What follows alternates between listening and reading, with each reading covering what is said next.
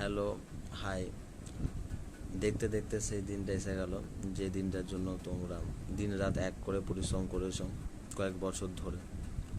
কাল NEET 2024 exam. তো exam দিতে যাওয়ার আগে কয়েকটা কথা বলবো। যাদের সেন্টার দূরে পড়েছে তাদের আজই সেইখানে চলে যাওয়া উচিত। কারণ কালকে এত দূর জার্নি করে যে তারপর আবার এক্সাম দেওয়া অনেকটা প্রেশার হয়ে যায়।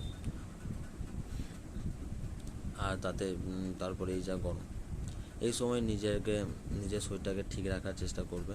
পর্যাপ্ত পরিমাণে জল খাবে, রাতে হালকা খাবার খেও এবং 6 থেকে 8 ঘন্টা ঘুমিও। টেনশন নেওয়ার কোনো কারণ নেই, বেশি প্রেশার নেবে না। তোমরা যেরকমভাবে নিজেদেরকে তৈরি করেছো, নিজেদের পরিশ্রম করেছো, নিজেরা খেটেছো, সেরকমভাবে তোমাদের রেজাল্ট হবে। এটা মনে রেখো যে এই 3 ঘন্টা 20 মিনিটে এক্সাম তোমার লাইফে ভাগ্য বা তোমার সব কিছু নির্ধারণ করে না। এটা জাস্ট একটা এক্সাম। এবং এক্সাম দিতে যাওয়ার সময় একটু চেষ্টা করবে একটু আগে এক্সাম হলে পৌঁছে যাওয়া, কারণ এক্সাম হলে অনেক কিছু ব্যাপার থাকে, চেক আপ করবে। এবং পাসপোর্ট হিসাবে তোমরা তোমাদের আধার কার্ড নিয়ে যাবে, 3 কপি পাসপোর্ট সাইজ ফটো এবং একটা পোস্ট কার্ড সাইজ ফটো নিয়ে যাও।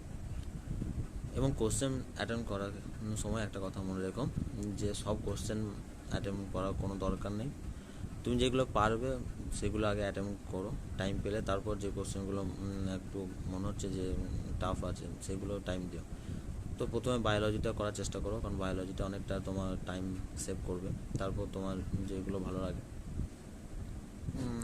ফিজিক্স বা কেমিস্ট্রি সেরকমভাবে অ্যাটেম্প করবে।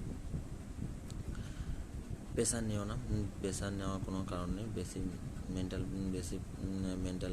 বেশি প্রেশার দিও না। মাথাটাকে এক্সাম হলের সময় ঠান্ডা রাখতে হবে। ঠিক আছে, ভালোভাবে এক্সাম দিও। অল দ্য বেস্ট, সবার এক্সাম ভালো হবে।